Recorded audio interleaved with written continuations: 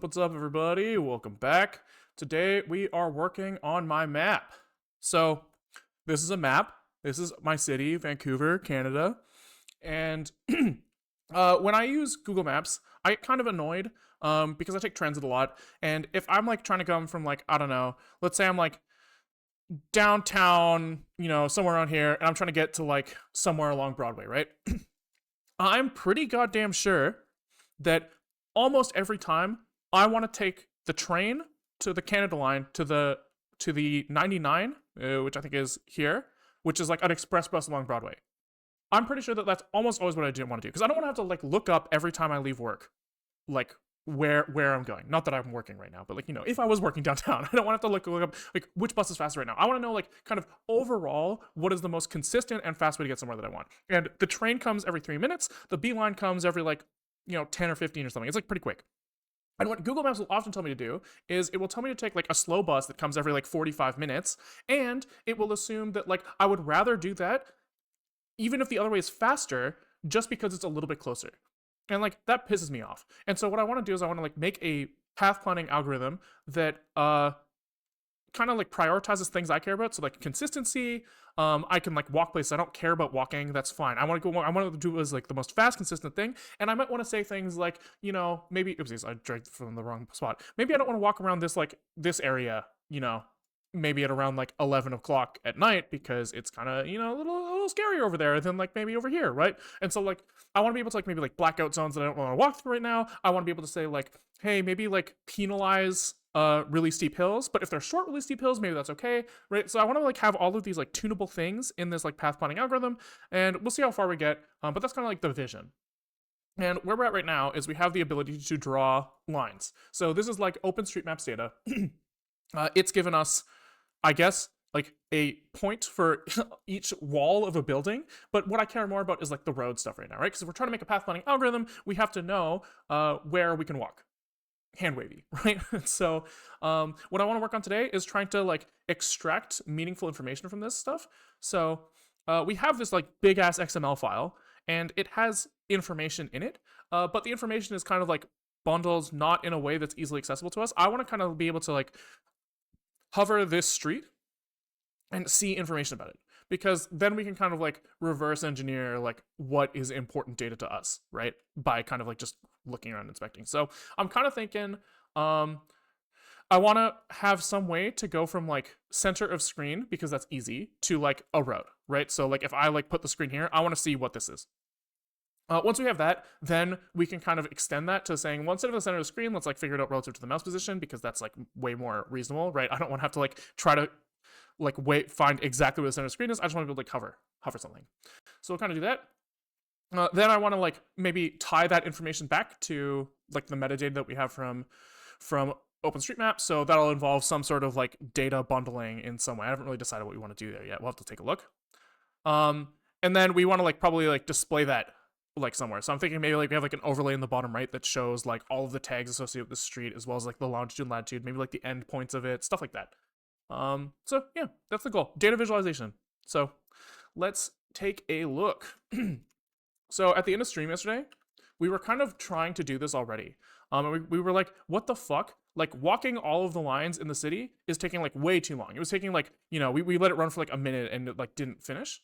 And that was in an attempt to kind of like bucket stuff in like a grid. So, if we're trying to go from screen space to like road, we kind of have to say like, okay, so this road goes like this, right? And if we like click here, how do we know if this road is the best match out of all roads? Because we're gonna have like roads like this, like this, like this, like this, like this. And it's like, do you have to compare to every single road just to figure out which one you're closest to? That's insane. That would take way too long, right? And so we were like playing with this idea of just like kind of like breaking up the whole world into little grids, and then at least we can say, okay, so we have like maybe 1,000 roads that are going through one of these cells. That's way more reasonable. We can rip those 1,000 roads on CPU, no problem. But this like processing step of putting each road into its bucket was taking like way too long, and it's because I made like a really, really fucking stupid mistake. Really stupid mistake. So like we constructed this like okay, background information. We pre-processed this like big ass XML file. let's use, I have like a smaller one to play with now. But so this XML file has like nodes that have IDs as well as latitude and longitude.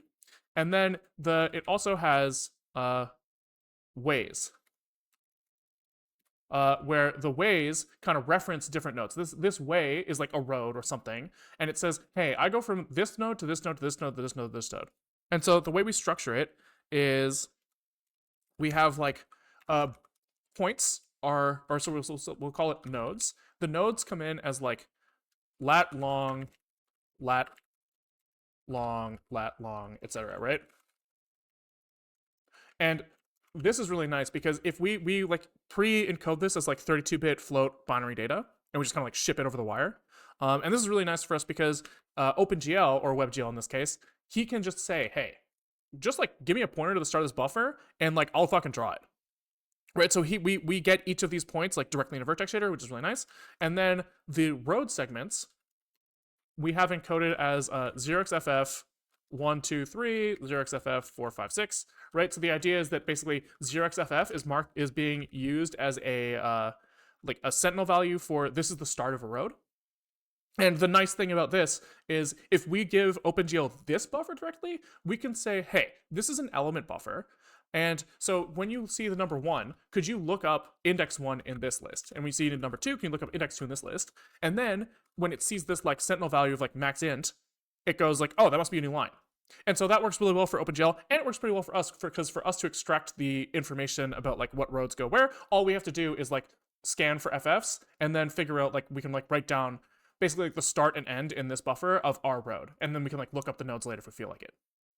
And what we were doing when we were like doing that is we were doing something very stupid. We were saying like 1, 2, 3 was one road, and then we were making another road that was 2, 3, and then we were making another road that was 3, and we were making another road 4, 5, 6, then another road 5, 6, and then another road 6, and we were doing like processing for each node in each of these lists. So we were just like doing some like extra n factorial stuff for no fucking reason, and so that was like really slowing us down.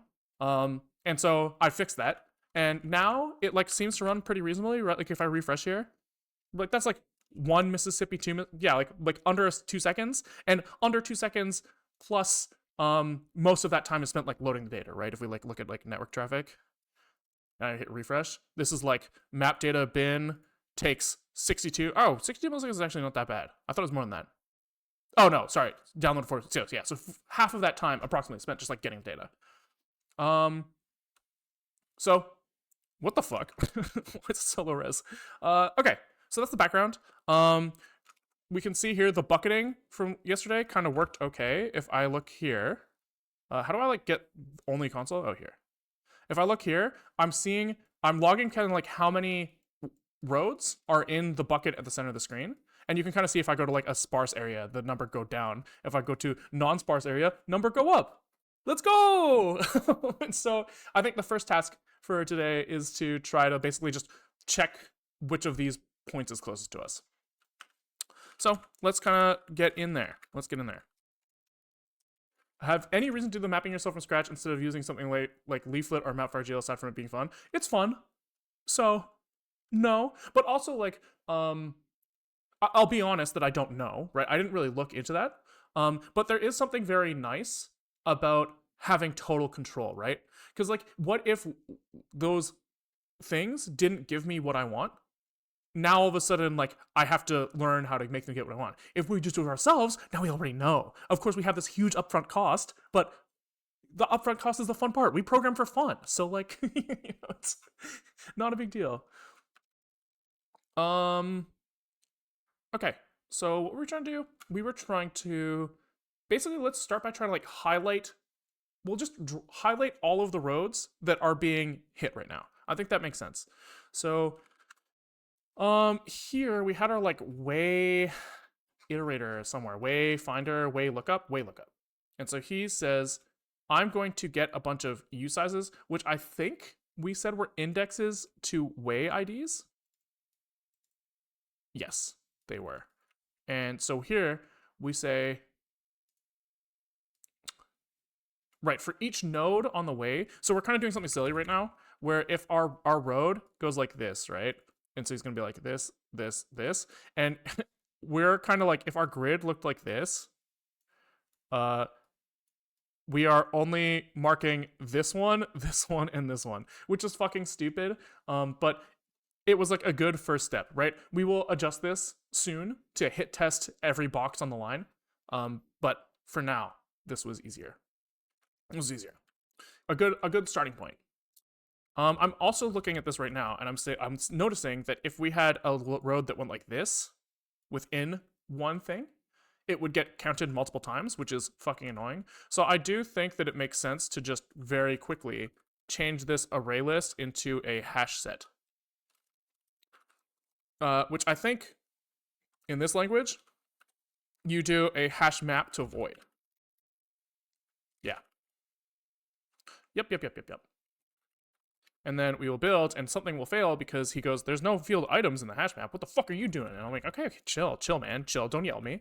And we have to create this thing. So I don't know if it's probably not a contiguous array in the hash set. So we probably have to like, instead of returning this, it probably makes sense to return an iterator of some form so we don't have to like allocate if we don't want to. We could always choose to allocate, but we don't have to. So I don't really know what the hash map API is like. Zig standard lib. If you want contiguous, you can do auto array hash map. Yeah, all right. What does that do? Let's look.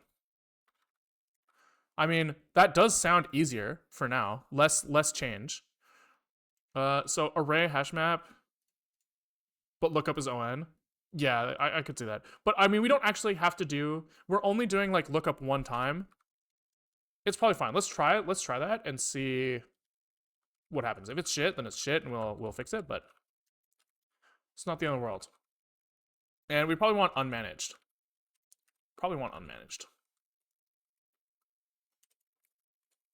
So we adjust the type here as well. And then here, we probably have to call like bucket get. Oh no, wait, we can just look at is there like just like an item slice somewhere that I can pull from here? Entries? Keys? Excuse me. Oh, nice. That's exactly what I want. Hell yeah, dude. Thank you. Append is no longer the right thing. It's probably put.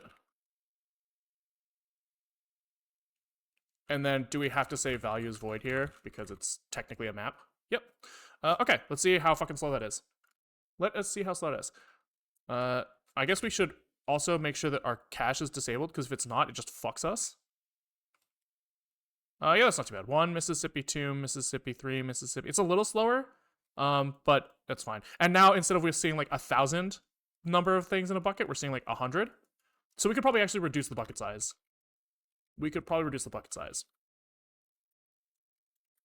Not that I know if it matters, but you know, whatever.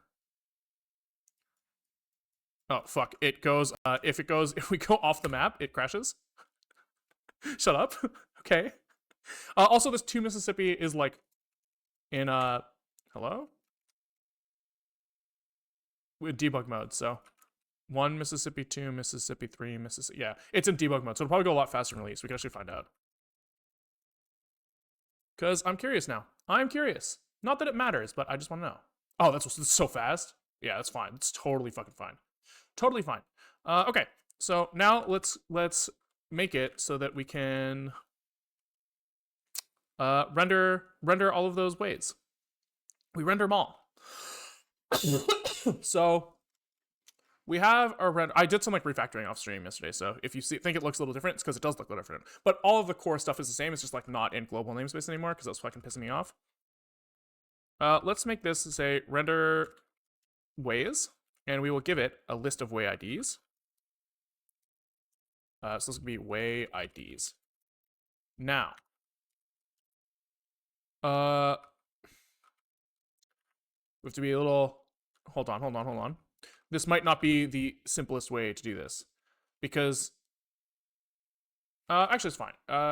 Because I think the renderer doesn't really have the data associated with it, so we kind of need to pass that data in as well, which is not the end of the world.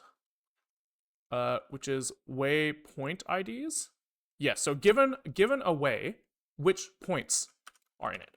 So here we say way IDs and then waypoint IDs is this way iterator output, which is like a silly name for this, but that's okay. I don't really care right now. And we're just going to say that we're going to loop over the way IDs. And for each of these things, we are going to call draw elements, but instead of drawing all the possible line segments from offset 0, we're going to start at way. We're going to look at way const point IDs. We're drawing a line between points, not a line between ways. And so we're going to say we're looking at the way point IDs at way ID from. So we're going to look at the start of that thing. And we're going to look at how many there are. So point IDs end minus point IDs start. And then we'll just do that for each way in our little section. And let's also maybe change the color. I think that makes sense. So here we can say, let's have a color. The color is a float uniform, and we have to initialize this thing. So the color is going to look for the name color, and the value is going to start at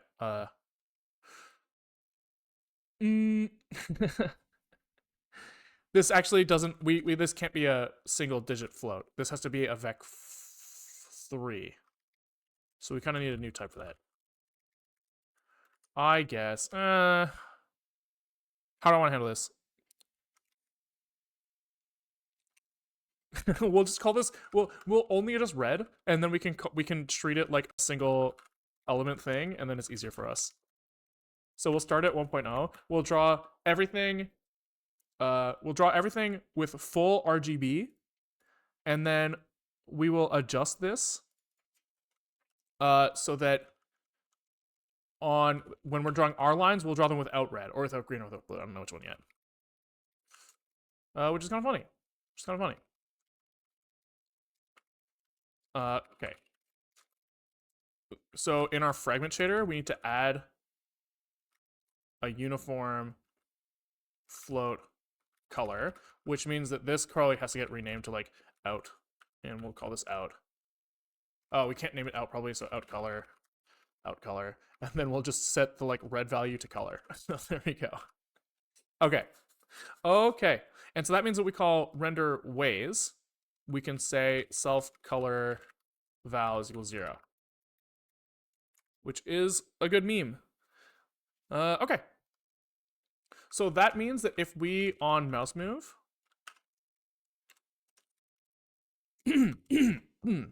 we should be able to say, I want to render these ways.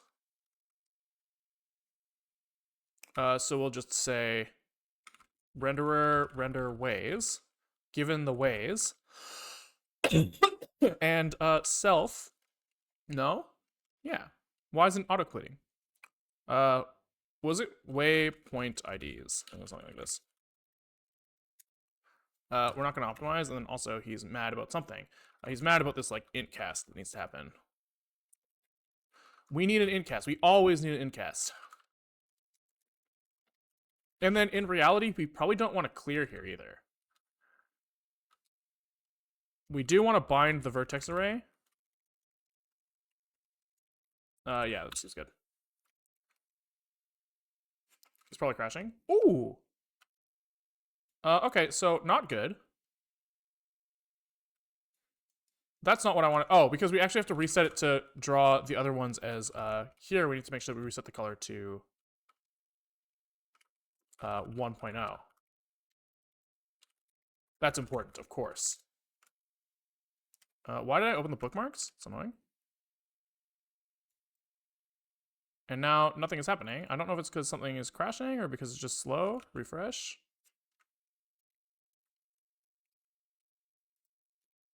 Oh, I saw something for a second. Refresh. Okay, so it loaded the stuff. Oh. Byte offset. Byte offset. So this needs to be times 4, I guess.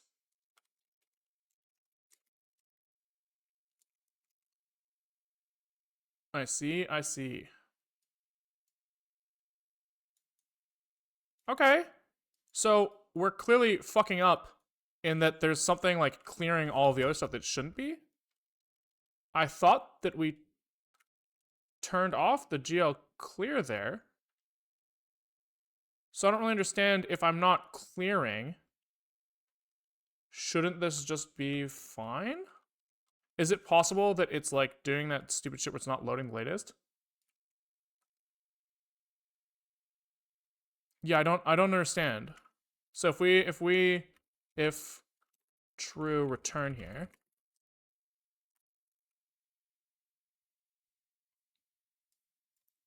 Yeah, nothing's happening. So what the fuck am I missing?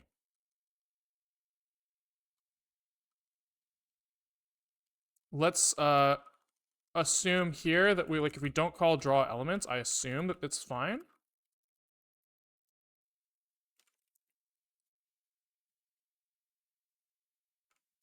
Yeah, okay, so I don't understand why this should not cause any problems. So there's some piece of information that I'm just like completely missing here. And it's also weird that it's fine until I move the mouse without the mouse down.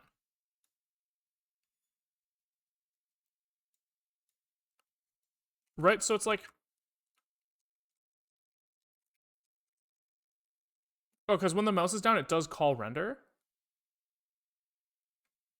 So it's just like something about like this thing needs to call render first.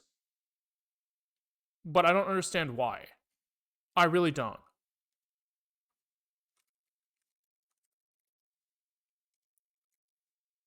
I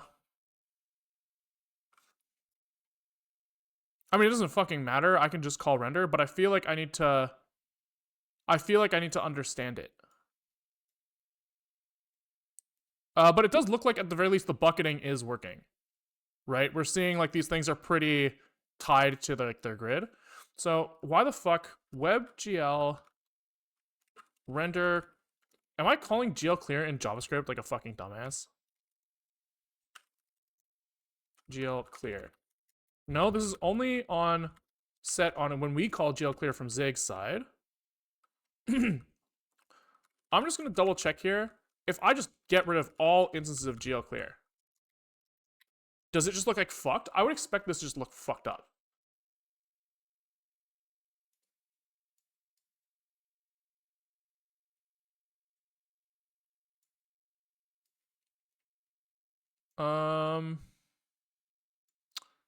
That's also not what I expected. I guess maybe it is. Can we set like let's go to our fragment shader and not render what? Oh wait, hold on. Oh, yeah, that's fine. Like not render white everywhere.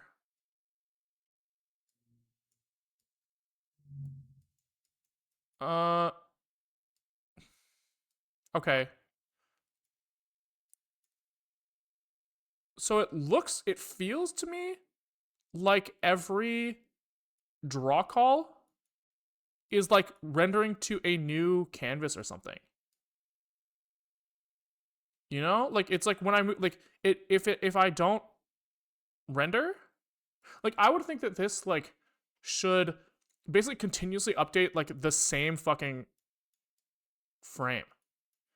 So I wonder if like WebGL is like resetting or like JavaScript somewhere is like resetting the canvas between draws.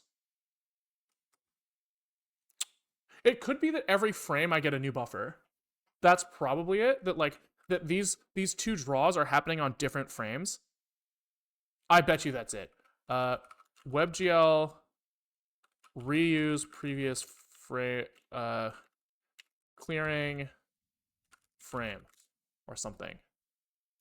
Yeah.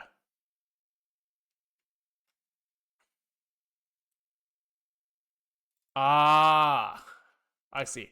Okay, sure. I mean, that's fine. As long as like I don't really care that that's the behavior. I just more want to understand why. So here we'll just say we'll just do this unconditionally render down here, and that kind of fixes our problem. I want to go back to the fragment shader. And I want this to be white for the normal streets. And there we go. Okay, that's way better. Way better. Okay, so we have proof that the bucketing is working. And let's get rid of that fucking bucket log as well. It's fucking annoying.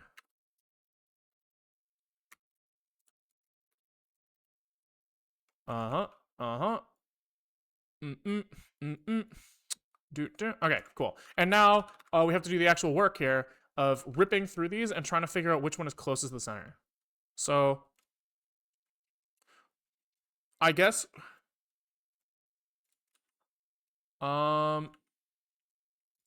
here we're gonna do something like 4 ways. We have to do that same lookup we were doing before of the points in the way, right? And we want to figure out which one of these things is closest to the point in the center. So how do we do that? Surely we're gonna need like the line from like each line in the way. So we're gonna look at like this to point IDs n minus 1. We're gonna go from point IDs start to point IDs n minus 1. And then we have like A is going to be self map. Do I not have like the map data stashed? Did I not just look up the points? Oh, we actually didn't have to look up the points because they're cached on the GPU. So we need to make sure that we are actually storing the points here.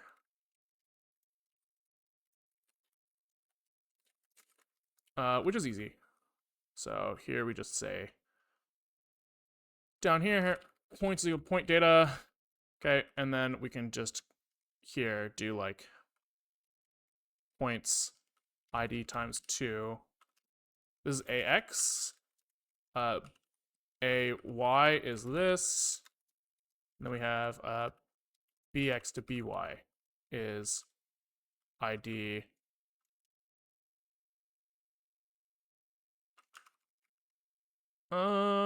Fuck. It's not ID plus 1. We need to get crazy here.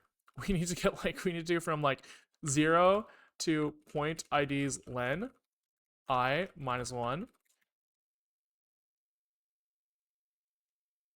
Then we need to look at point IDs I. Yeah. Yep. And then point IDs I plus 1. Oh, Jesus Christ. Look at that. That's legible code if I've ever seen one. And is the sentinel index? It's either the sentinel index or the end of the array. Because the sentinel index, we put it at the start instead of the end, because it was easier to implement with the code that we already had. But yeah, that's what it is. So point IDs. Wait, no. Something else is wrong in here. This is not right either. Because point IDs is just a thing that has start and end. Oh, they're contiguous. Yeah. Okay, so this is the ID. Oh my god. Sorry. We're gonna say a point ID is equal to. Oh, god. Oh, Jesus Christ, man. Hold on. We'll figure it out. So this is in way ID goes like 1 to 1, 45, 23, 7, right? Something like that. So if we iterate from these IDs, this ID is like this. No. This ID goes 0, 1, 2, 3. Jesus, so much indirection, man. So that makes sense. Okay, so then we have to go from this to this. I see. So it's like way self waypoint IDs. That's what I was missing. ID and self waypoint IDs ID plus 1. There it is. There it is. So this now is a point ID is equal to this. Jeez. And then here, this is a point ID, and this is B point ID. There it is. It's hard sometimes, guys. It's hard. Too much data. Too much data. Okay. So this is AX, AY, BX, BY. And now I'm trying to remember what the fuck we were trying to do. We were trying to figure out if this is close to the center. So the distance of this line from the center, A,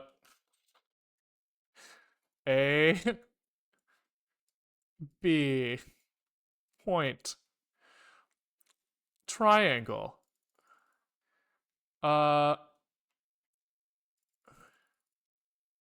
So we want opposite over hypotenuse is sine theta. Sine theta, this equals thing we care about, d over p minus a. Right? Which seems like cross product, maybe? Cross product has a sine x in it. I'm having flashbacks to stress. Yeah, we're really bad at math. We struggle with trig around here. Where's the fucking definition of sine? A cross B is the length of A times the length of B times sine theta.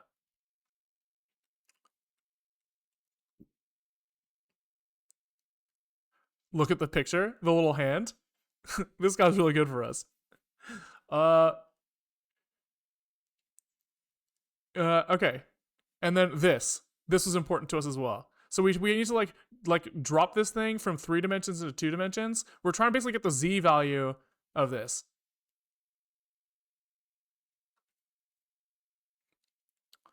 Okay. Okay. So we have. So we want the normalized vector from A to B, right? I love this. It's like the sheesh sign for mathematics. Yeah. So AVX is BX minus AX.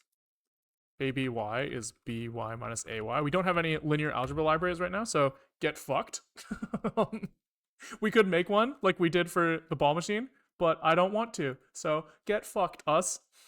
ABX, ABY, and then we have APX is going to be the center. We're going to call P is equal to center of screen. So APX is the self-renderer lawn center, I think. Lat is flat, but the flat thing is the y index. So lawn, yes. Lawn center minus AX. Maybe. We should actually double check the order of latitude, longitude in our points. It's actually really important. In fact, we should probably abstract this. But you know. So we put we write. Oh, this is parsing. We write lawn then lat. So x is lawn. Yes. Lawn then lat. Perfect. Guys, is this a reasonable way to code? Just like be lost, have bad abstractions, and then have to check them over and over and over again? I think yes. Okay, so I think it's just like 1 times something minus the other times something. Cross product to 2D determinant. I think it's the same thing. Determinant A D minus BC. Yeah, and then the question is this vertical or horizontal? Does it matter? No. If these are column wise or row wise, it's the same math, so it's fine. We actually don't have to worry about it. So it's the distance between. So that array is gonna look like AVX, AVY, APX, APY, and so we're gonna do ABX times APY minus ABY times APX. And then we need to divide this by the length. So we have cross is AB sine theta. Equals AB len, AB, like this. We'll use their fancy notations. AP sine theta. Thing we want is AP sine theta. So we have to divide by the length of AB. Wow, look at us go, guys. We're like almost doing math.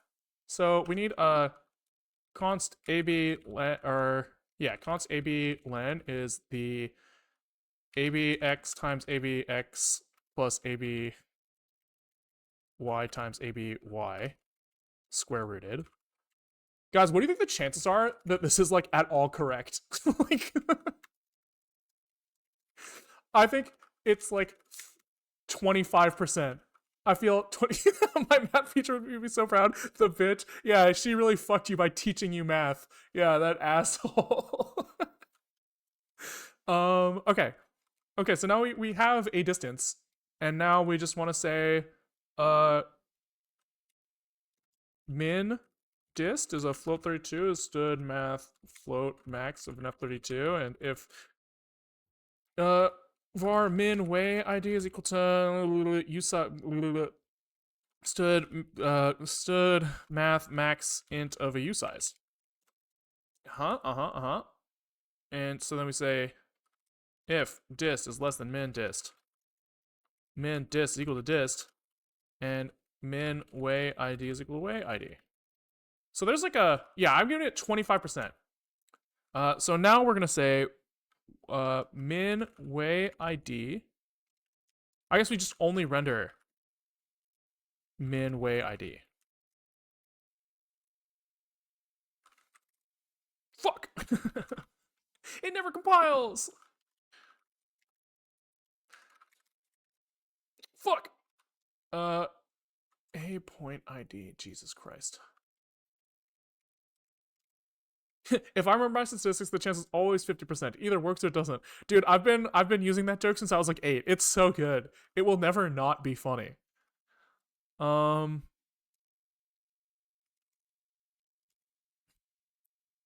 so this should be waypoint ID is ID. ID should be a U size. Is waypoint IDs?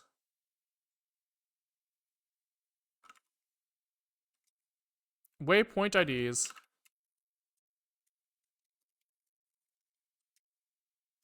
Oh, so we need const waypoint IDs is equal to self waypoint IDs at way ID. That's what I'm missing here. And this doesn't use self, this uses this. Okay.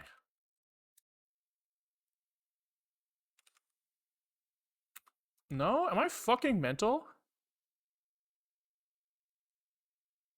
What am I missing? Point IDs is this. No, point IDs is 0, 3. I wish ZLS would tell you when your code isn't compilable. I mean, that's fixable. I just haven't fixed it. I asked ZLS to compile a check target, and the check target just doesn't exist. So that's kind of on me.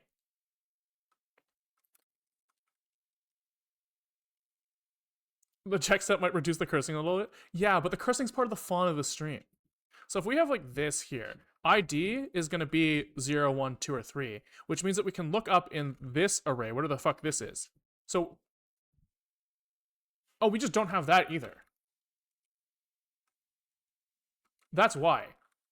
Waypoints. Oh, Jesus Christ. That's the missing piece here, is that we just weren't storing this shit.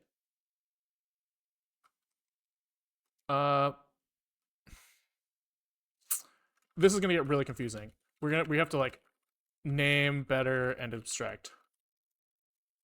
Right? Like this is waypoints is like actual point IDs kind of laid out with 0xFF sentinel values. Waypoint IDs is like waypoints parsed into like start and ends, and then way lookup is like how we figure out which coordinate goes to which set of ways or something. Jesus fucking Christ. Okay, so here we have, what do we call it? I already forgot. Waypoints is equal to index data. Okay. It's fine. This is gonna confuse me forever, but it's fine. Waypoints. There we go. That might be it. Okay, so lawn center is this like float uniform type that stores its location and its value, but we can just write like lock or val here. Chillin'. Holy shit, it builds.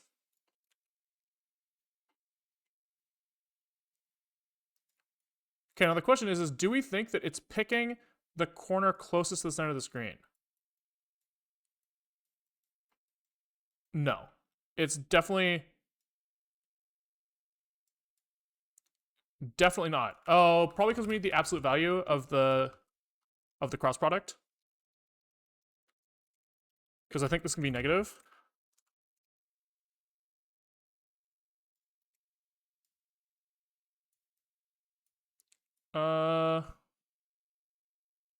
It's definitely doing something.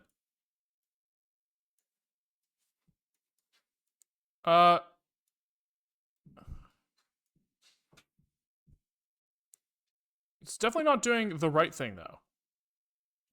But that could be because we're only storing the corners in our like hit test. Here's what we'll do. I'm gonna disable the fucking hit testing thing. And we can just work with a way smaller data set to get started. So we can say like make site, and we're just gonna use I have like a smaller test thing now, which is really, really helpful. This one. Okay, so if I refresh now, no. Network, disable cache refresh. There we go. So now we have like this like small area to work with, and we can change this so that our bucket size, we can just make it so we have one bucket so that we'll see everything at once. Yes. Then we can like at least bisect bucketing and distance checking. So I don't remember what I'm looking for. App.sig. And buckets. 1 and 1. We have a single bucket. That's the wrong thing. Okay. Network, disable cache, refresh. Okay, so it's pretty clearly not picking the thing close to the center. Cool. Super sick. Okay. So let's try to debug. It's all about debugging now. Okay, so what we want to do is probably render. How can we do this? Probably, can we render a dot in the center? That's a good idea. That's definitely a good idea. Let's do that. And then I think that probably what we want to do is we want to render kind of all of this stuff for one object. Or maybe we'll like allow it to like step between them or something. Or maybe we pick a single way. We can pick a single way and then just show the distance checks for every single one. Or use your mouse. Yeah, I think that's just going to add more complication though. If we use our mouse, that's like more things that could be wrong right now. So I like the idea of rendering the center though.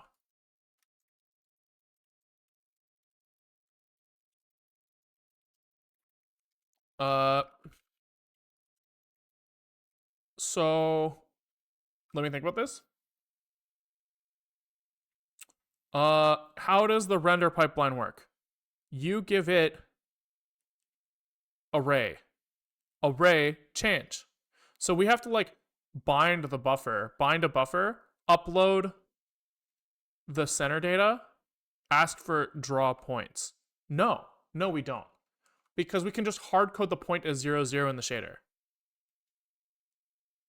Yeah, that sounds right. So if we look at our vertex GLSL, we're going to just edit source center point GLSL. And we can just kind of say its output is 0, 0, 0, 1. And that should just draw a single point. That seems reasonable to me. So then we can make like a center drawer program, which is going to take VS source, we'll call this center drawer GLSL.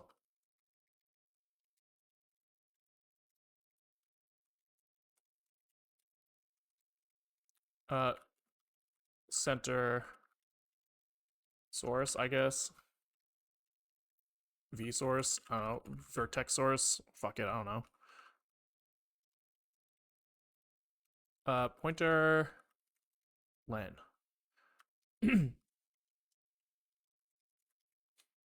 Is kind of what they want. And then we stash this thing, so center drawer is an I32. Center drawer is a center drawer. And then down here, when we call render, we'll just kind of slap that shit on top. So we'll say, hey, could you use this center drawer, and could you draw this thing as points? I want you to draw arrays, and I want you to draw. So this is mode first last. So 0, 1. And then I think we have to set the point size in here as well. So set this like 5.0 or something.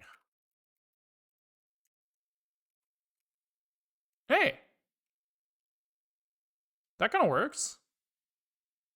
That worked way easier than I thought it would, to be honest.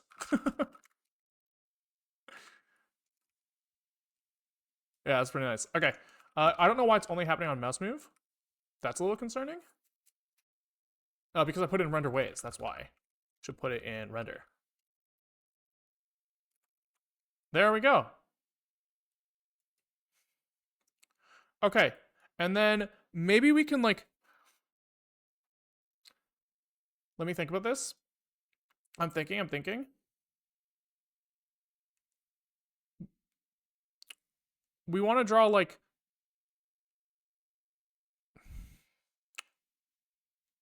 yeah, let's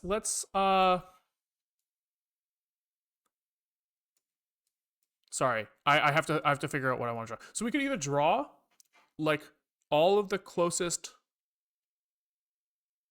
we could draw the lines to all of the ways that it looked at, but that's going to be a little bit of a pain, but maybe it's fine. We could also pick one point. You're computing distance to points, not lines. Would make sense to draw points as well. Yeah, that's kind of what I'm thinking makes sense. So we look at like each line segment and we just draw where we resolved, right? So let's just double check here for a second. So here we have B minus A. We could draw each of these points here. This will come pretty free with our current vertex shaders. So maybe here we will say before we do anything, we'll render the base map. Then in here, for every single point in here, let's render some points. And I want to render A point ID and B point ID. That seems reasonable to me. So to do that, we'll just do render points. And this is going to be the point IDs, and we don't need this. And so here we're going to use the normal program. We're going to draw arrays. Yeah, 4 point IDs, point.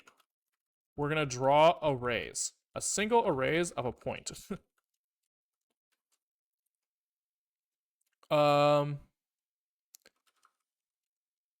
Which is going to be int cast point and 1. This isn't ideal, but it's good enough. Good enough. And then we have to maybe set a uniform of the point size. Because otherwise we're not going to be able to fucking see it. Point size, and the point size will be by default 0.5. And then here we set point size like this. We set the point size value to 0.5 for the main render, and then for this thing, we set the point size to like 5. And we probably set the color here as well.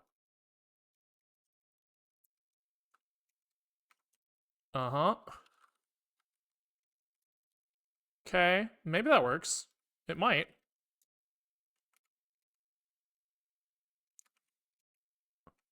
I don't see anything happening.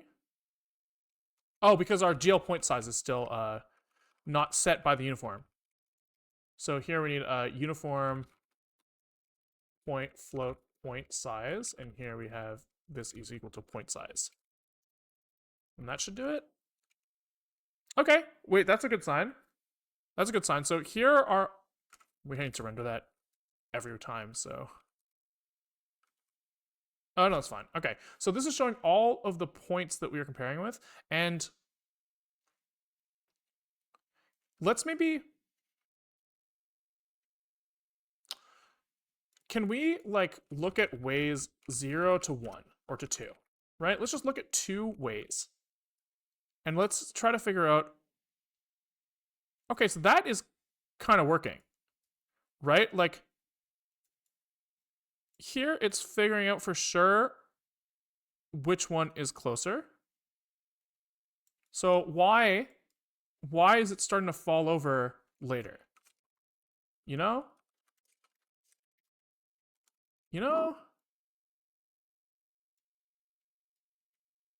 Okay, so this isn't working. It's kind of working for these.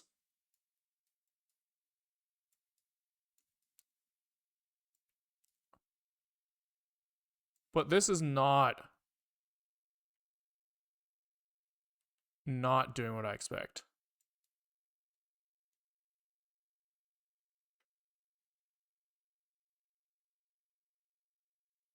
Okay. Okay. Can you guys see which road is highlighted, by the way? I know it's like kind of thin. Can you, like, if you guys can't see it, then that's a problem. You can also draw a point with size depending on their proximity. Ooh, that's kind of fun. Yeah, that'll definitely give us info. I do like that. The colors are visible, but the compression is sabotaging visibility bit. Okay. How about we just make the lines fatter? I think we can do that. Line size, GLSL. GL line width. And is this called from? Okay, WebGL line width. Warning, blah, blah, blah.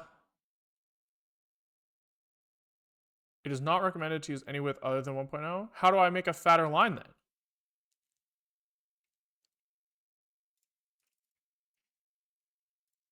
OpenGL thick lines.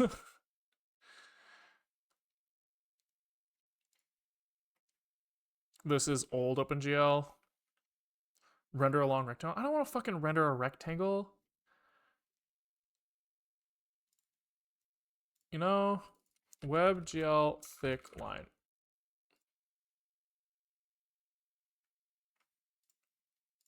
Like, is it just... Oh, line strip width. This is what I'm looking for. Windows browsers only support 1 pix. I see. So I can just not give a shit.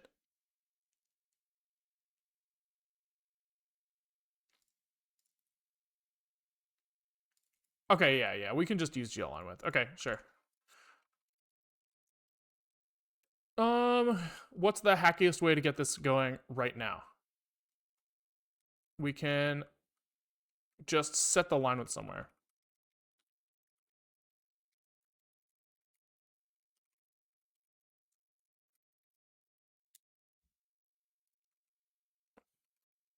No? No. Ugh. Does that even like run? Like, yeah, it seems fine. Fuck me. Everything's so hard all the time. No, it's because is this GL the right thing?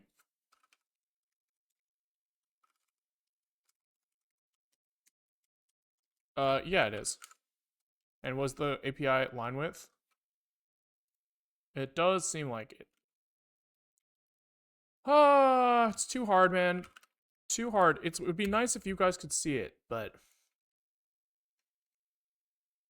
can we like maybe wait, if I like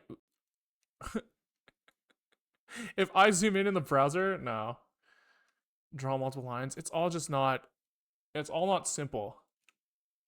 Okay, I'll just try to do a better job of calling out which line is visible. So right now it's like this one here, and I expect it to be these, and I don't really understand why it's not, to be honest.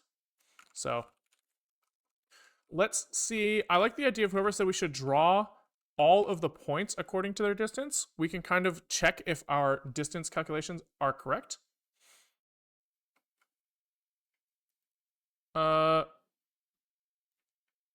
So that would be something. You could do color as well instead of thickness. Yeah, but I think the color of the lines won't help you guys see the lines better, unfortunately. I was hoping that I could make like thick ass lines and then you guys could see the streets a little easier, but it's not the end of the world. It's not the end of the world. Okay, so here we'll say we will render points. Maybe we'll just call this render. Yeah, render points and their sizes. And then here, for each point, we set the uniform to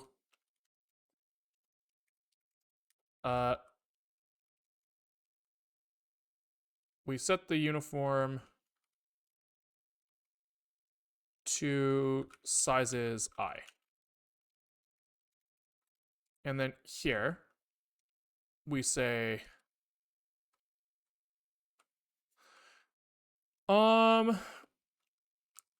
what, like we want things to be farther to be smaller, so like 1 over dist. So well, we don't really know what the units of dist are, but we can just render this and kind of see what happens. Okay, yes, let's do this. We'll make 1 point size. Yup. And then this goes away. This goes away. Doesn't compile, of course, because we don't do this thing, and we just say, hey, 1 over dist. And then we can kind of adjust this to see. Okay. So if distance is really small, this thing gets bigger.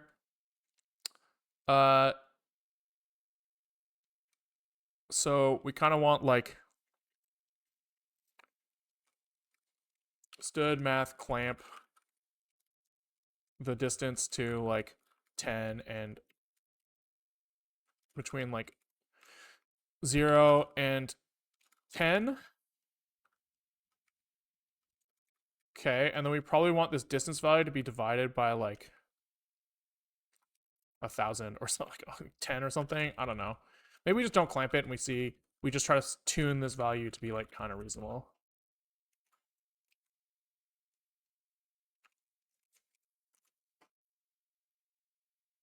Okay. E to the power of negative distance is pretty cool. We'll try it because I don't know what the fuck I'm doing. Stood math E. Stood math pow. Negadist.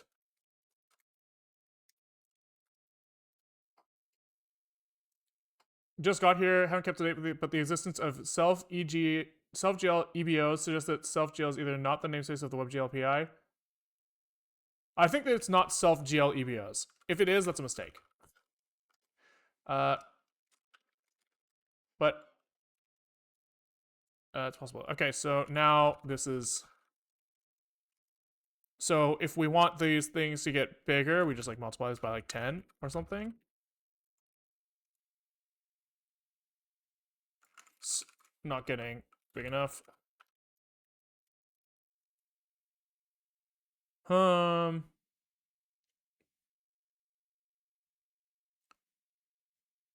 It's not making big enough. Oh, is this okay, well, let's look at what does this thing look like? Wolf RAM alpha.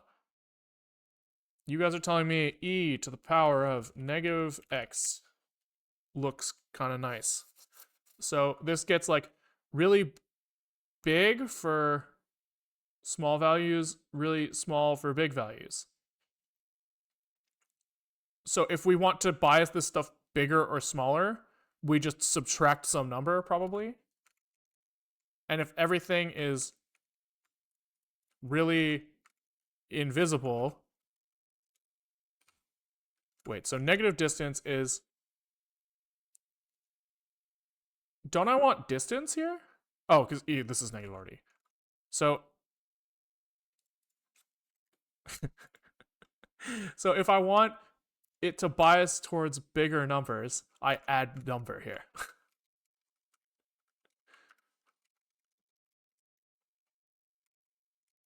Right?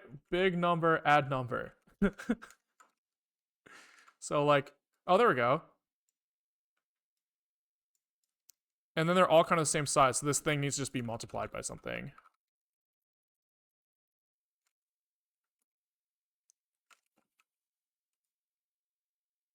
Distance is greater than 0, so exponent is from 1 to 0. Did I grow this the wrong way? I'm gonna go back to whatever I did before because I had a better intuition about that. I apologize. You're probably right, but. And then let's just kind of make these a little bit. We're just gonna do it linearly. Fuck it. And then I guess we'll clamp this somewhere, like. Math clamp this from 0 to like 20 or something. I don't know. Maybe we can clamp it. We divide by 500. Okay. Oh, am I being stupid? Am I only measuring like perpendicular to the line? I am. So if I ride this line all the way up, I'm not clamping it towards the edges. So the distance to the line itself, like the actual math that I tried to calculate with trig, we're doing the right thing, right? It grows as I approach the center of the line, but it does not clamp the distance if I'm out of bounds. So we need like the minimum distance. Okay. So if I am here and we have this line and we've calculated this distance, assuming that this goes on forever.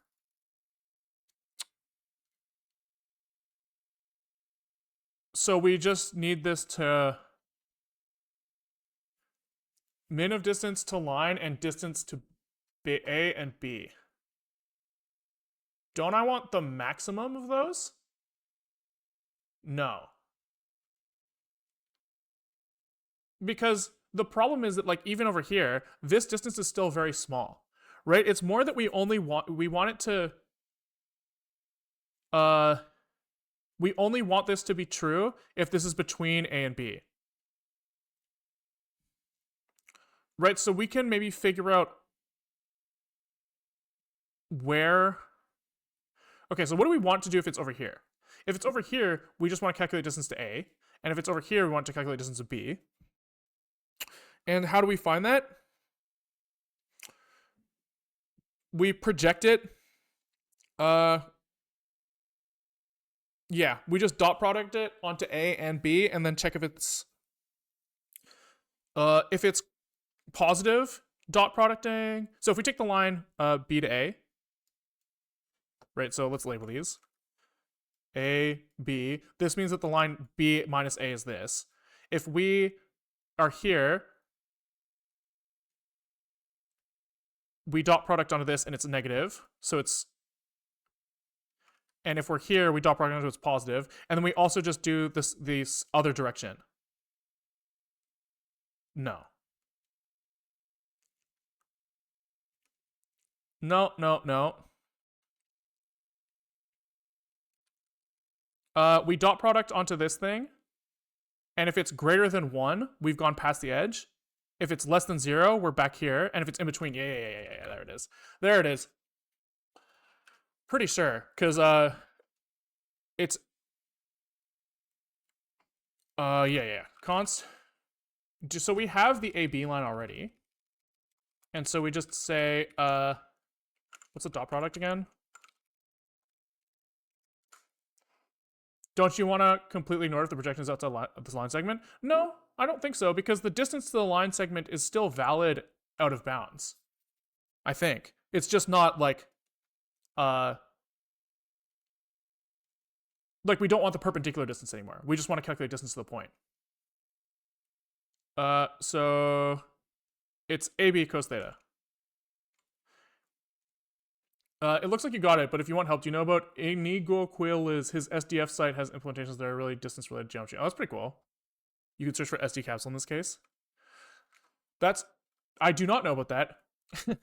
Well, I can tell that you do game dev, and you can tell that I don't do game dev because your linear algebra is like so much fucking better than mine. It's crazy. Inigo Quill SDF. Well, I guess maybe you're not game dev. You could just do anything that's related to 3D geometry. Oh, I've seen Shader Toy. I've heard of this. Anyways, it doesn't really matter. I'm just gonna keep going. Okay. So what was the definition of dot product again? It's like A times A plus B times B or something.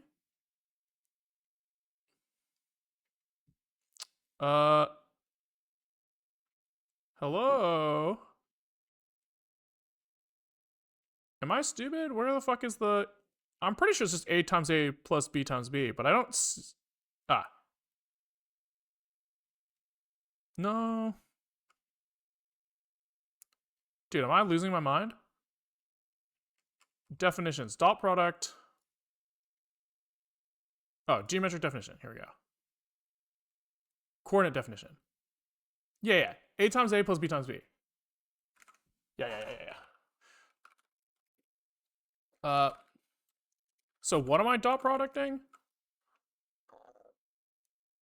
This line onto this line. Yes. Yes, yes, yes. So this is going to be APX times ABX plus APY times ABY. And then here, if dot is less than 0, we do one thing. If dot is greater than AB len, we do something else. Otherwise, we do the third thing, which is the third thing what we were already doing.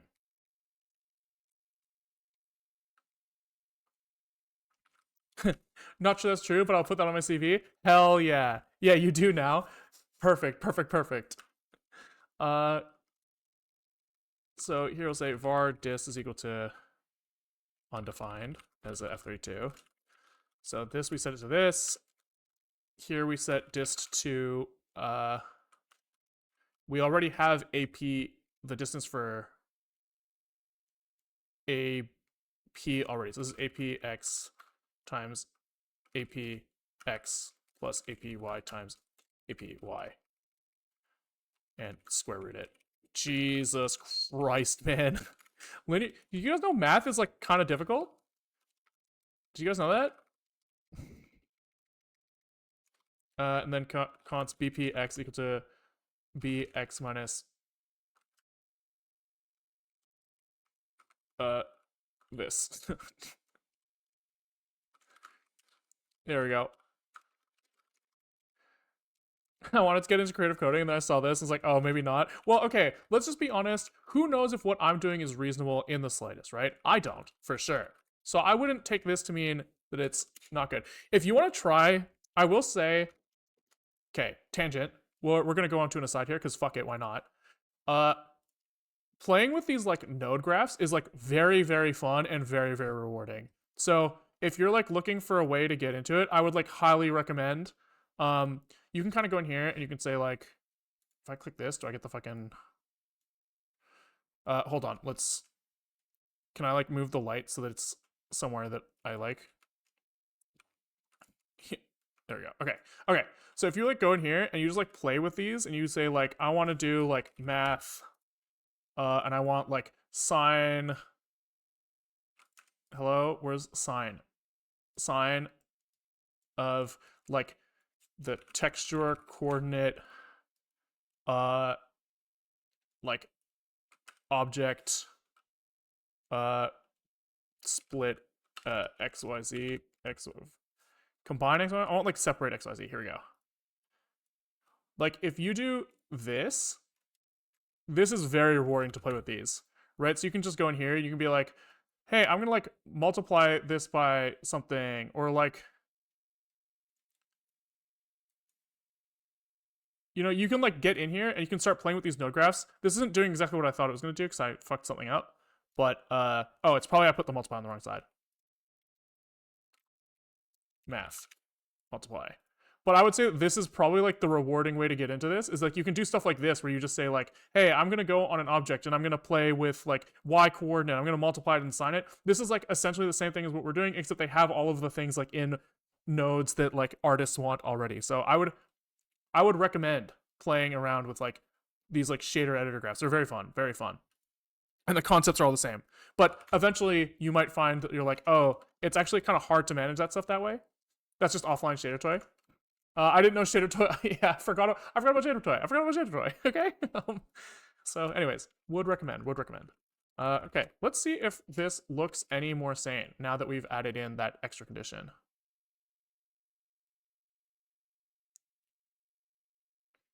So this, it felt like it was working to some extent, but now I don't think it is. Now I don't think it is. So did we do this right? It would. I wonder if we can like render the color for which path we took.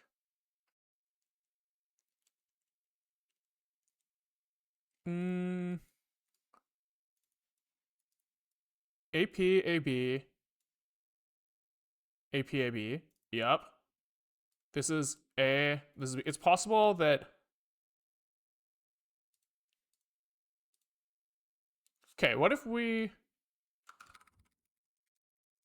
like kind of just basically essentially disable this shit if we think we're out of bounds. Right? If we're out of bounds, let's pretend that it's useless. So it's clearly not working, right? Because this is still happening. So what did I do wrong? I think I limited it incorrectly. So if we have this projection onto this line. No, that felt right. Oh, maybe one of these has to be normalized. No. So we have length of this times length of this.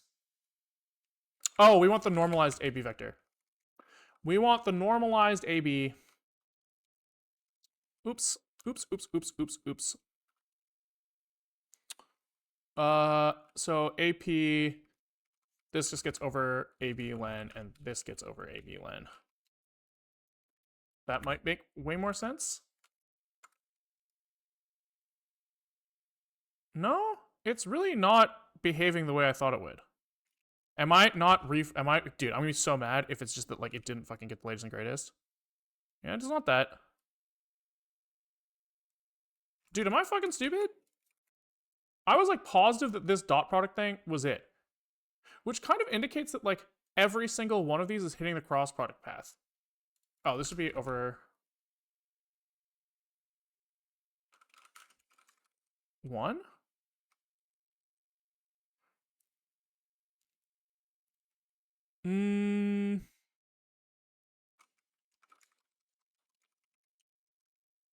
Oh, Jesus Christ. Thank you. Oh, that's so much fucking better. Good eye on that fucking LTIF. Holy shit, you're a god. Absolute god. Okay, so now we can go back to doing the correct thing here. Holy shit.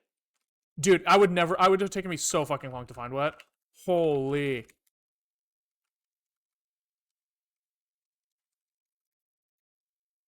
Okay. Double check.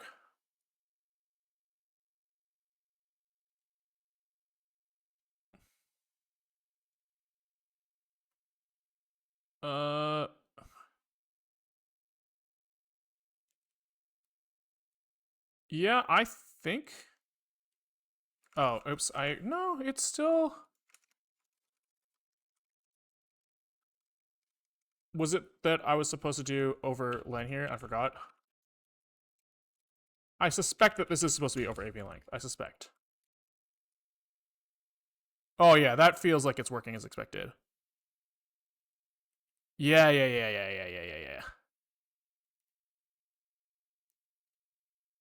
Oh yeah. Oh yeah. Okay, so now it's also highlighting the correct line, which is really good for us. So now we can go back into the more advanced case. So let's go back to bucketing. So before we had like 100 by 100 buckets, and we were using the larger data set. And let's see if that goes back to working okay. Holy fuck me. Refresh. Okay. I don't know why it's. Oh, oops. We also limited how many ways we were looking at. I forgot. So it was where the fuck we're doing these calculations. It was all. We want to look at all ways.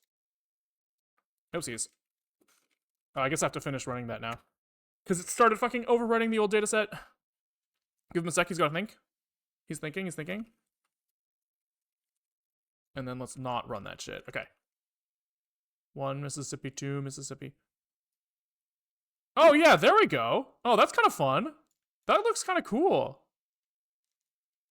Okay, but now we are fucking finally, absolutely positively finally selecting the right road. So that's a big win for us. Absolutely massive win. Okay. Jesus Christ. So we are at an hour 20, and I think I'm gonna skip the mouse position stuff because that took way fucking longer than it should have. And I would like now to try to basically extract meaningful road data out of this thing. So now we know which way we're looking at. Now we have to correlate that in some way, shape, or form with something of interest. So what I was thinking was, let's see if we can find the data. Okay, so here ways have these tags that have keys and values, right? So we could just shove these key values into our JSON metadata somewhere and then reference them. I don't know, like, because I think that this is going to be expensive to transfer to some extent. But I don't really know if there's like another option. There's probably some duplicates in here, right? Like this like highway tertiary, highway secondary. Surely these are duplicated. So maybe it makes sense to have like a tag set where you go from like where we like stick them all in a buffer somewhere and then reference them later. But maybe for now we can get away with if we're just doing like inspection to see what stuff we actually care about, it might make sense for us to start by just including like just doing the stupid thing, just dumping these key values into JSON, and then maybe we just work with like a small set of data initially so that we can get a feel for it and then come back. Yeah, let's try that. So let's, in our metadata, just say that we're gonna have keys. No, what is this thing called? Way tags. And this is gonna be a list of tags. Okay, and so that means we need to have a tag. Right, and he's gonna have a key and a val. We will come back to this eventually, but make it a little better. I just realized that Waze is based off Waze, which is a thing of map data apparently. Oh, that makes sense. WAZE. That's kind of fun. Christoph, what's up? Thanks for the raid. What's up, you guys? For those of you who are just coming in here, hope you guys had fun at Christoph's stream. But we are working on this map. So the idea is Google Maps. I use Google Map take bus sometimes, you know? And Google Maps gives me bad bus routes. So I want to make better bus routes. And while we're at it, make like just kind of like an overall pretty customizable path planner. So the idea is that like maybe we'll say like, I don't want to walk uphill today, or I don't want to go through this area of town. I would prefer to walk down bike routes versus busy streets. I would prefer to take bus transfers. I would prefer to not take bus transfers even if you think it's going to be faster, right? All sorts of things like that. So we're probably going to end up using some sort of like modified A star with like some like pretty aggressive heuristics. But before we do that, we have to like understand what this like map data we're looking at is. So we have OpenStreetMaps data for my city kind of like pulled in, and we're drawing every single thing that we see in here. And this like blue shit you're seeing on the screen is we have just finished calculating like distance of each line from the center of the screen. And so now that we can kind of extract which line we are looking at, we can use that data to kind of visually display on screen. Like if I want to look at this road and I want to see what this road is, we can like now figure that out. And so that's what we were doing. So we were injecting that basically whatever data OpenStreetMaps has for us, we were going to associate it with this way, they call it. And then we were going to go from there into like displaying on the screen. So that is the plan. That is the plan. And so this is how it's displayed. Way has tag now. And so here we probably have to, right now we're not like keeping track of which way we are in, but we can fix that quite easily. And then so yeah, we'll just say in our make site.zig, it makes the site, you know, so we make the site. We are going to have to basically store tags, way tags. I guess it's already in the metadata, so we have that available to us. Did I just delete something that was really important? Probably did. Why the fuck is it like the highlighting is fucked? Does that mean that the code is fucked? Or that my LSP is fucked?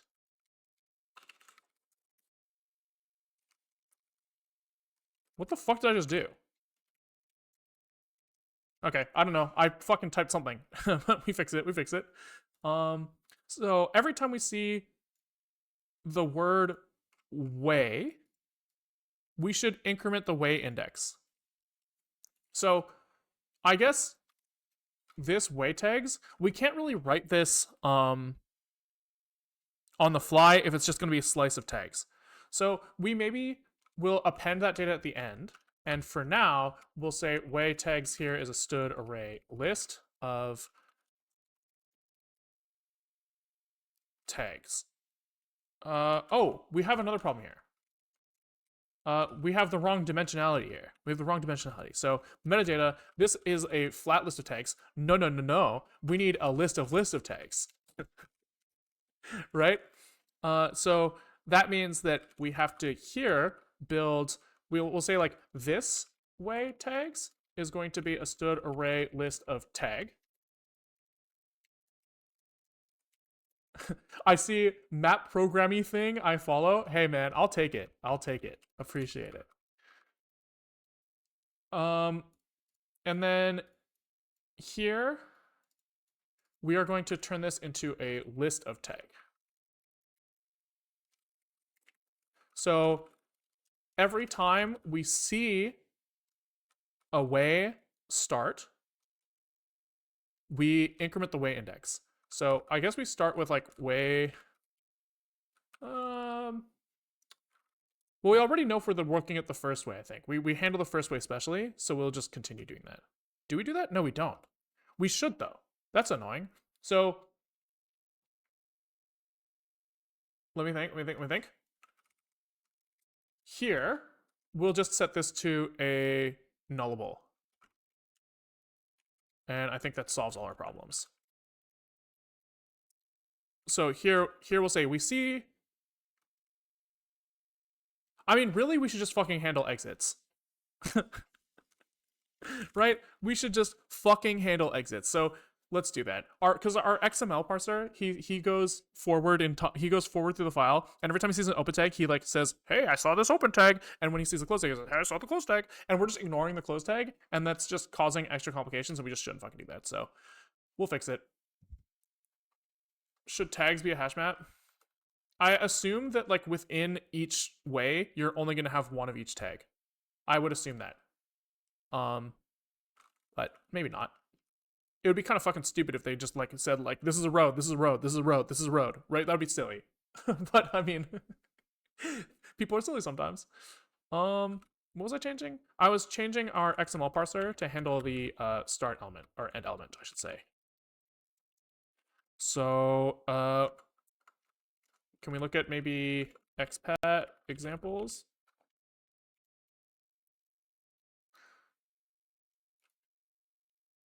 Boom. Expat examples, and which one of these was like the simple one? I think outline. No, this one of them says simple at the top, and I love it when they say simple. Yeah, simple. I am a simpleton, and so I will take the simpleton. So it just takes in the user data and the name. Okay.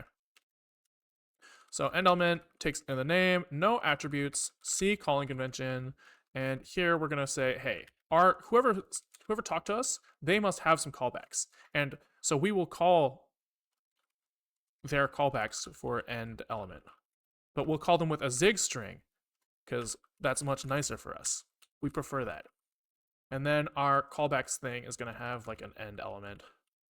He's gonna take in a name and only a name, and then we are going to pass in an end element from our main function, which we called make site. We are going to make the site. And here we have start element, end element. Yep. And then we extract the user data. And if we see the end of a way, now we can do something. And it's going to be when we see the end of the way, we're going to flush this tags into way tags. So we're going to say user data way tags append user data this way tags to owned slice.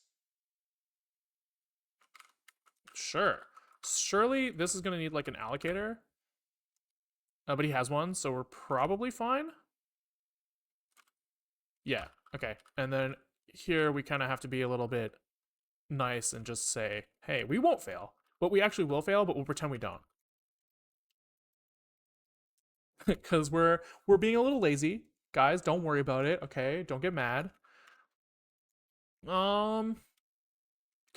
And then here we kind of have to say that if we see the word tag and we are in a way,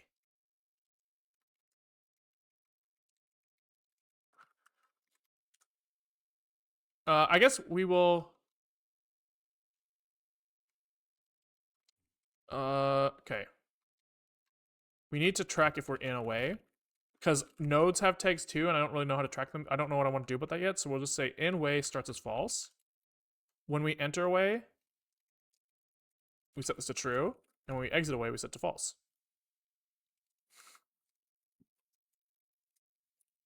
Okay. And then here, we're just going to say if we see tag, if user data in way, we parse the tag. We parse the tag. So what are we going to do? We're going to look for the key and the value. It's just K and V. Okay, so K. We're going to iterate the attributes while attrs next. Then we get an attr. And then we stood mem comp equal attr key to K. If this, we do something. I don't know what yet. And else if this, we do something else, right? We probably have like var k is equal to null, and this is like a, you know, optional key, optional value. And here we just set k to k, or to attr val. Here we set v to attr val. And then at the end of this, we say k, or else break, return v, or else return. And what are we gonna do with these things? We're gonna like put them somewhere. So we're gonna say like this way tags append this, maybe. I don't know. Yeah. Yeah. Okay. That looks like it might do something. So if we do this right, then we should end up with a bunch of ways that have a bunch of tags associated with them.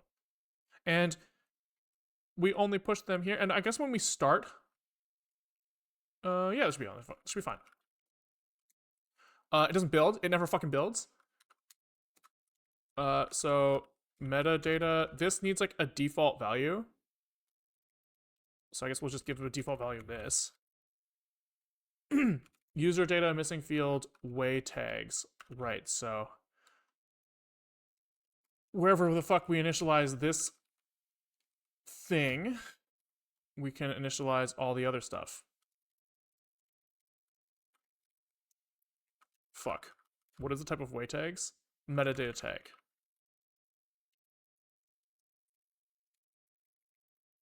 And this way tags is the same. On D init, we must free these things, of course. And then at the end, before we actually write our metadata, we have to set the way tags to user data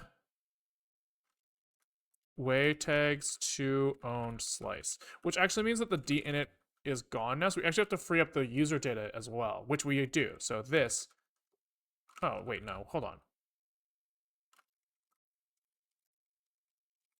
We just have to D init this as well now. And I'm just not going to. Fuck it, we leak. We leak, guys. I don't care right now, okay? We're okay with leaking. Fuck. Mem equals requires us to say that we're U8s. Fine, I get it. Kind of. I don't really get it that much, but I get it a little bit. End element was not passed into our XML parser callbacks, so we'll throw that over here. And toOwnSlice is probably mad because it can fail, so this can try here.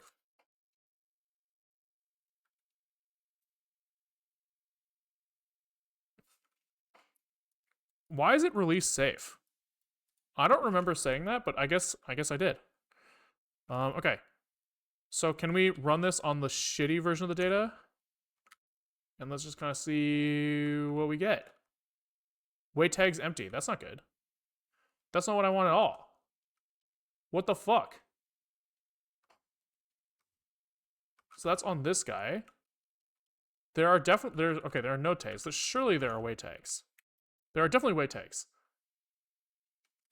Fuck it, we leak every time we write C++ after 5 p.m. Dude, so fucking relatable. Okay, so this clearly is just not happening. Okay, this we were supposed to, when we see an end element of name, we were supposed to do this. So there's a couple options here. One is that we never saw any keys. One is that we didn't do this correctly.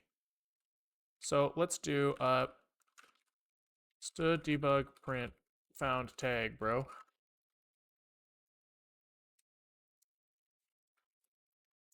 Okay. Okay, I don't want to fucking build and release safe. Like, why are you doing that? Why do I have that hard coded? I thought I fixed this. But I guess I did. It's a hard life sometimes. Sometimes you have to write the code that you want to run. So he did found the tag, bro. So that's good. Then the question is this not running? Bye-bye. Yeah, so this is never running. Is this ever running?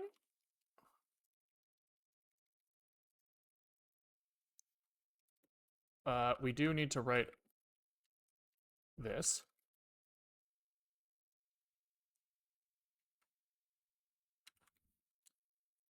So this is just never running? Do I not call this? Run parser takes in some callbacks. These callbacks have an end element on them, and on end element I got, oh. You know what? Sometimes you have to call the code that you want to run. I don't know if you guys have heard that or not. But we here have to pass in end element for the end element to run. Who would have thought? Oh, holy shit, that's leaking like fucking crazy. Which does make sense, actually. We are leaking like fucking crazy. So I guess to just silence him, we will say for user data metadata wait tags, and then we'll say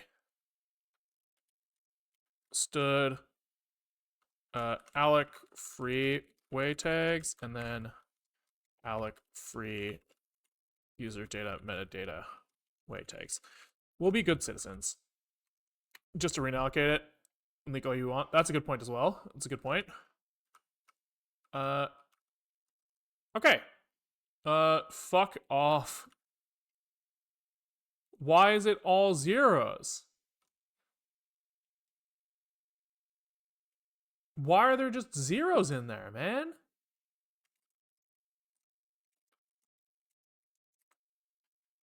Now the question is that like memory corruption because I freed something at the wrong time? Or is it just like actually fucked? Oh, yeah.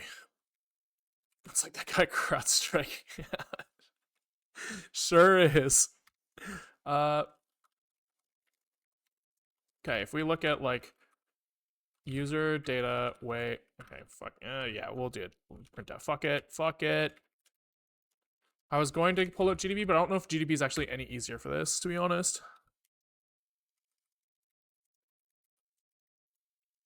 Oh. It should be metadata. Wait tags.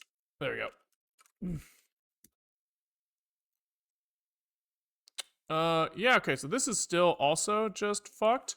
So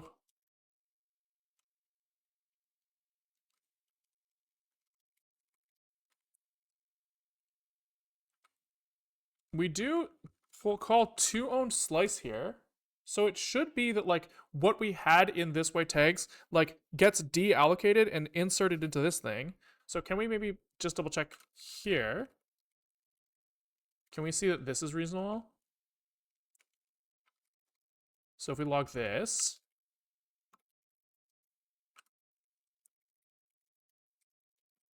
like, is this okay? I would like to know like who is being a fucking idiot. So here, basically everything we're seeing at the tag at the end of that tag is like totally good to go, and then it like becomes zeroed out later.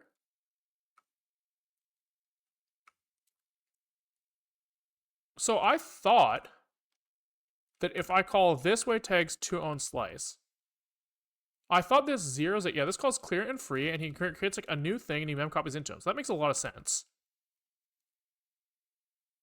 That makes a lot of sense. Then on way tags, we call this toOwnedSlice as well. Okay, so let's just double check before we go here.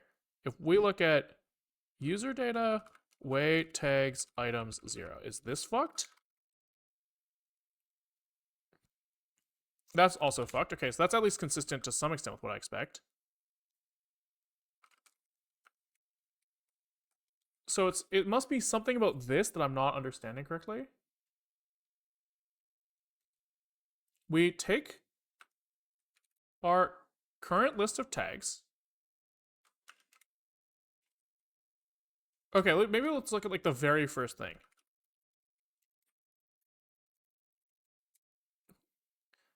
The very first thing we get super fucking reasonable, right? So this memory is going away for some fucking reason. I just don't understand why. So here we look at user data, way tags, items, 0. Also fine, which is like again what I would expect. And if we just keep logging that same fucking user tag 0, that's also fine for like the duration of all time.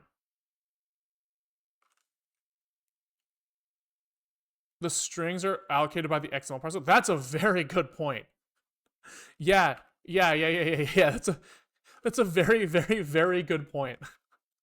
So here we're supposed to do a self or user data alloc dupe k. Yeah. Yeah. You're right. You are correct. Thank you. You saved me some time for sure. I think I would have got there eventually, but you got there faster. Const k is equal to k opt or else return. V is equal to v opt or else return. And then here we call this a user data alloc dupes. Dupe. Okay. Catch return. Sometimes you're confused with fucked. Yeah, but I mean that's how bug solving works, right? That's how bug solving works. Eventually, you keep breaking down the problem until you get there, right? We were closing in. For sure. You just I think that's just how it goes. We would have got there. Because this isn't like crazy. Now we need an allocator here, so this gets this. User data alloc is alloc. And then actually for each of these guys, we need to for way tags tag alloc free tag key and tag val. Dupe needs to know that it's a U8 probably.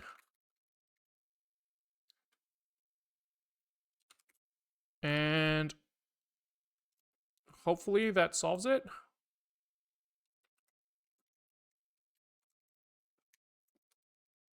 What languages? We're working in Zig. Zig, Zig, Zig. There we go. Much better. Much better. Okay. So how big is that? 75K? That's actually not, well, it's not great, but it's not that bad. And so now we can just go back to like the index, the client side of things. And we need to, let's just for now, just try to log, basically, we'll just shove it into the console because that's the easiest first step. So here we'll say self metadata. No? Metadata? Where do I store the metadata? Do I not store it? We can store it. I don't mind. I don't mind.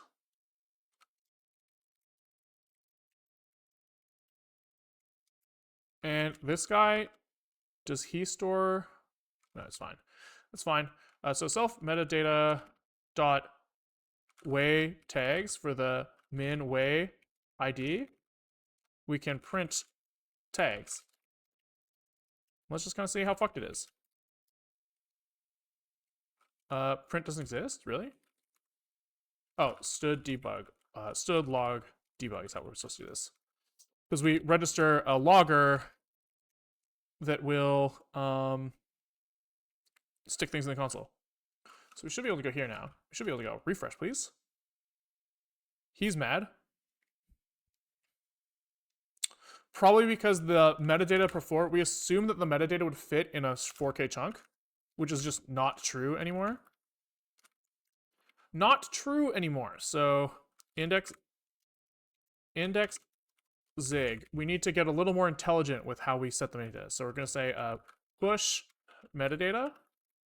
We're going to have a global variable that is kind of where the metadata buffer lives. And this is going to be a bunch of bytes. Now, when we push metadata, we're going to do the same thing that we used to do for push map data, where like the JavaScript is assumed to put some, like, how do I say this? He's like gonna get some data, shove it into this like global variable, and then say like, okay, put that somewhere. You can do what you want with it. Which means in index.js, we need push metadata, push map data. We're basically just gonna do this exact same thing for metadata now. And yes, we should deduplicate, but shut the fuck up. You know? You know? You can't control me. I get to do what I want. I'm in control of the stream. You know? No append slice in metadata, so I think I typed the wrong thing here at 37. This should be metadata buff. And then why is I fucking whole compute frozen? Cool. And then whenever we actually try to parse the metadata, we need to pull that out. So function init global metadata. Here I guess we need to parse it. So we say const global metadata is equal to JSON parse from slice metadata, and this comes from global metadata buff items, and then this needs to take in some options. Then we parse errors. So we say catch unreachable, and then we need like the value. So okay. Hopefully that's fine. Might not be. We expected 4 arguments, found 3. What am I missing? Allocator. And we leakies. I don't care right now. Okay, so that's good for us. We at least got to something running. We did start to crash later down. So on mouse move, that log thing was not working correctly. So app zig on mat on mouse move. Which language is English is very funny. I don't know if I answered this. I can't remember, but it's zig. We're writing zig. I apologize if I answered that already. My poor little stupid brain. He struggles sometimes. So we can look at the oopsies. Fuck. We want to look at the num ways is kind of this, and the way ID is this. Then we look at way tags len and min way ID. Okay, so why is he angry? I see. I see. So I guess sometimes we set this to max int. There's no way IDs in the bucket, and then he comes back and says, we'll just say if min way ID is less than self metadata way tags len. I'll allow it. Okay. We are still in an unreachable. Where? Panic out of bounds at render ways.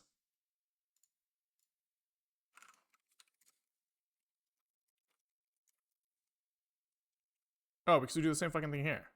Why? This wasn't happening before, I feel like. But that's okay. We'll come back to it, I guess. We'll see if it fixes itself. Oh, it's because the bucket size is too small. That's why. Go back to 1x1 bucket. Okay. Cool. So now we are seeing some stuff here, but it's not really structured in a way that we can identify. So here, we're just going to say for tag self metadata way tags min way ID. We are going to say, I guess here before we do this, we'll say tags, baby. And then here we will render each tag. So we need to do like KV. And we are looking at the tag, and so it's tag key and tag val. All right, let's see it. Okay, so this is supposedly some sort of rapid transit. Let's see if we can like pinpoint a street name. West Cordova. Okay, and here we are on a highway footway with maybe no name. This is this Granville here? Seymour. This is Seymour. So that means this over here should be Granville. This should be Granville? Granville? Hell yeah. Okay. Okay, that's pretty sick. Pretty sick. So yeah, it's not bad. Okay, so the next thing to do is going to be to like display this somewhere here. And we want to like extend this to kind of like the whole city. Almost certainly if we run this make site thing with like the full data set, it's certainly going to be like fucked. We can try.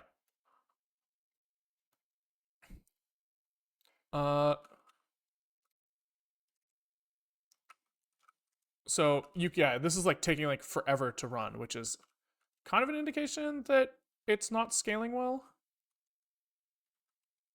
We're slowly making through our data bin. You can see that number cranking. Using WebGPU would be cool. Isn't it not finished? I was under the impression that WebGPU is like not real except for on Chrome. But I haven't really checked. I also don't really know what it is, to be honest. Okay, so geez Louise. So yeah, pretty clearly the current mechanism does not scale. That's fucked. That's actually so fucked. Like 46 megs of JSON? That's not beyond parsable. It's not good, right? But it's not unparsable.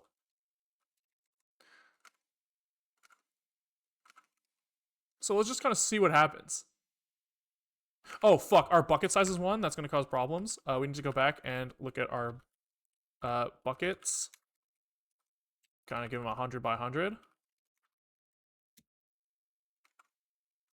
Oh no, I accidentally reset it. Fuck. Let's do optimize release safe as well. If we're going to be rerunning it, we might as well try running it fast. What do you think of Zig wanting to ditch LLVM? I mean, I think that's a good decision, right? Like, let's just be clear. They're not getting rid of LLVM. They are saying that LLVM is a large cost in compilation time for debug builds, and they can make a trade-off where they can make their debug builds not as good, but compile way faster. I think that's like totally fucking reasonable. Like, I think that there's like, there's such a thing as like non-invented here syndrome for sure. But I think that like the more I like write code, the more I find that it's not as hard as I thought it was. Right? And so if you're just like someone who feels that they have the capabilities, then it makes sense to some extent to leverage those, right? And if you're like, I want to try writing some fucking open, like I want to try beating LLVM and I've written a compiler, like fucking go for it, right? Like clearly the people who are writing Zig aren't like incompetent, right? Like I think that they'll, and it's not as hard. I think it's just not as hard as you think it is. And they'll figure it out. I'm not worried about it. Wasn't I supposed to be console logging something here? Wasn't I supposed to be console logging something? On mouse move. I am. Why is it not happening? Oh, probably because we're in release mode. So we need to go to index Zig and say here that the log level is debug.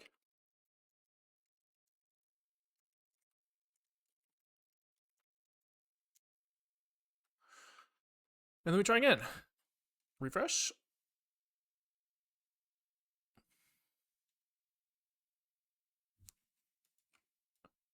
Okay, yeah, I mean this is manageable. This is good enough for exploration for sure. So like the original thing that we wanted to look at the other day was we wanted to look at Science World, and we wanted to see if we could see the word Science World because we love Science World. And we do. Look at that. Science World. We did it, guys. Okay, that's pretty sick. I think that I'm not gonna work too hard on like getting the like UI stuff on stream. I think that we've kind of got this to a point where like we've kind of done the interesting stuff, which is like the actual calculation of how close we are to stuff. There's definitely like some cleanup to do where we have to instead of bucketing by point like line end, we should be bucketing by where by line box intersection. So we have to do that. I have to basically have some sort of way of showing this information on the right side here. So I'll probably cover both of those things off stream because I don't think they're like too interesting. I think we've kind of done the interesting part. But I'm pretty happy with progress for today. I think this visualization is so cool. I'm having so much fun just like staring at my screen right now, by the way. But yeah, okay. So thanks for watching, guys. If you like what you saw, we stream most days at around 12:30 Pacific time to 4 Pacific time. So if you're watching YouTube VODs, you're probably seeing the 2 to 4 segment, which is what we call the main course, and we do happy hour from 12:30 to 2. And so what you're seeing, what you see in like the main section is like us trying to make rapid progress towards a feature. We take shortcuts, we skip doing like code cleanliness or whatever. We don't really worry about like Git management, and we just kind of say like, how the fuck do we get to the end? How do we get to like a point that we want to get to? Happy hour is a lot more like we'll take the time to like go back and clean up shit that we left behind. We might work on like features of small features that aren't really worth making a YouTube video about. We might be like working on like other projects. Today we were working on the ball machine a little bit, trying to like clean up some stuff there. And it's kind of just more like chill, hang out. So if you want to swing by at around 12:30 to 2, that's what you'll see then. Happy hours are archived on Patreon. If you feel the desire to throw money at me, you could do that. What else? Like, subscribe, Twitch Prime, and yeah, I think that's all we gotta plug. So YouTube, goodbye, and Twitch, let's find someone to raid.